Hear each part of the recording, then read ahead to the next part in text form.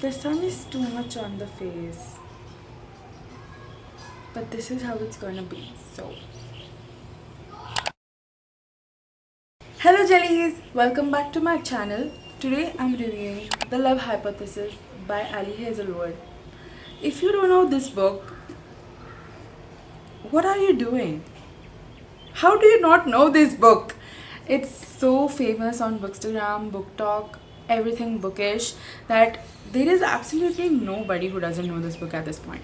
But somehow, if you don't know this, let me tell you what this book is about. We follow Olive Smith, who is a third year PhD student at Stanford. She's intelligent, smart, hardworking, and incredibly awkward, like peak awkwardness.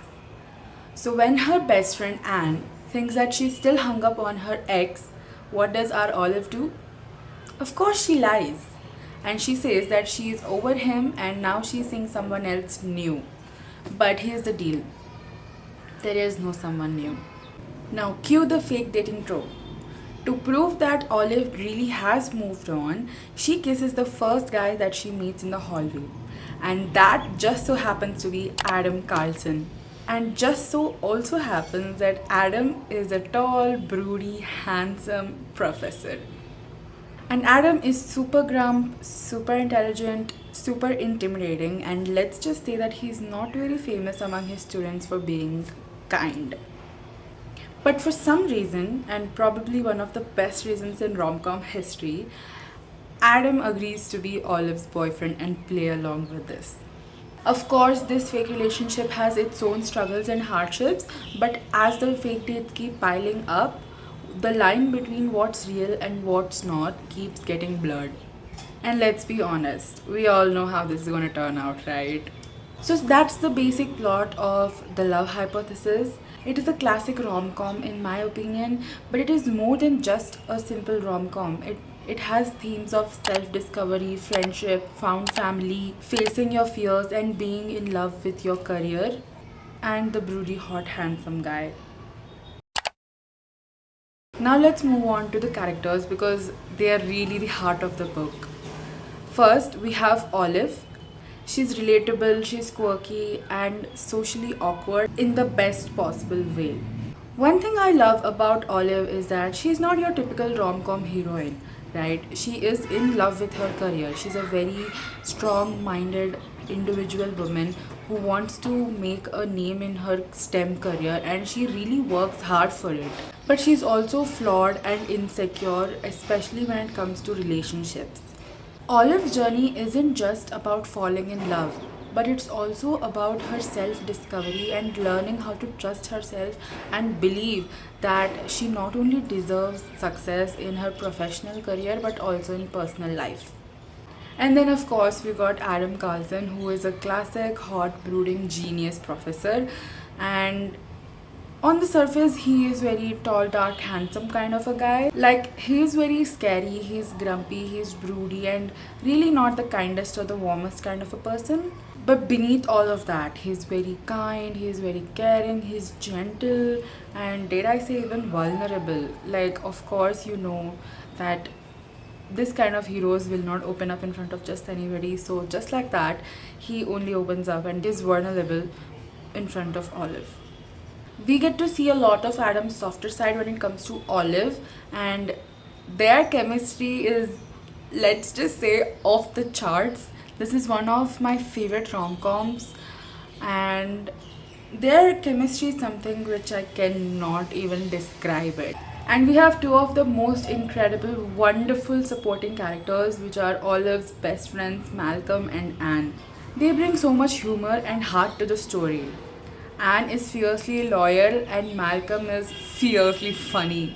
Their friendship adds a lot of depth to Olive's character and their dynamic complements perfectly to the romantic plotline. It's a classic slow burn romance that'll have you rooting for them from start to finish. First off, I have to say that Love Hypothesis really lives up to its hype. It's the kind of the rom-com that you cannot just put down because you have to know how the story of Olive and Adam unfolds. But what I really appreciate about this book is how it combines humor and funny moments with serious moments, which makes it look more real and more relatable. Now let's talk tropes for a minute. The fake dating trope is a classic, and the chemistry between Olive and Adam is so natural. They have an easy chemistry that builds on throughout the book, and it's not insta love, which makes it even more satisfying. Their relationship grows through small, meaningful moments like little glances, little conversations, inside jokes, and it all feels earned, which makes the payoff even more sweeter. And the slow burn, I mean, come on, it's one of the best things about this book. The tension between Olive and Adam is so palpable, but it does not feel rushed. Instead, it's a gradual, slow build up that keeps you hooked on till the very end.